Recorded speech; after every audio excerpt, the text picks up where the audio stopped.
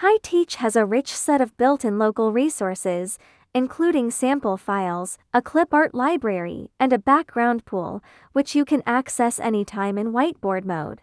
Open the local resource section of the teaching resource area on the left to see the clip art, background pool, and sample file tabs. Click the Update Resources button to automatically receive new materials from the HiTeach cloud. HiTeach includes a rich library of teaching clip art, such as music notes and trophies. Click the Clip Art tab, select the category you want, and click the image to place it on the page as an object. You can then move, resize, or duplicate it. You can also add your own clip art by clicking the Open Folder button and copying your files into the library folder. Then, reopen HiTeach and simply refresh the clip art. The image you just imported will immediately appear, ready to use.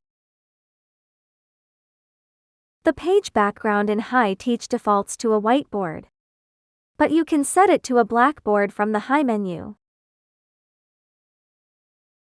Click the Background Pool button to choose from various preset backgrounds, including music staves, thought bubbles, graph paper, and chessboards.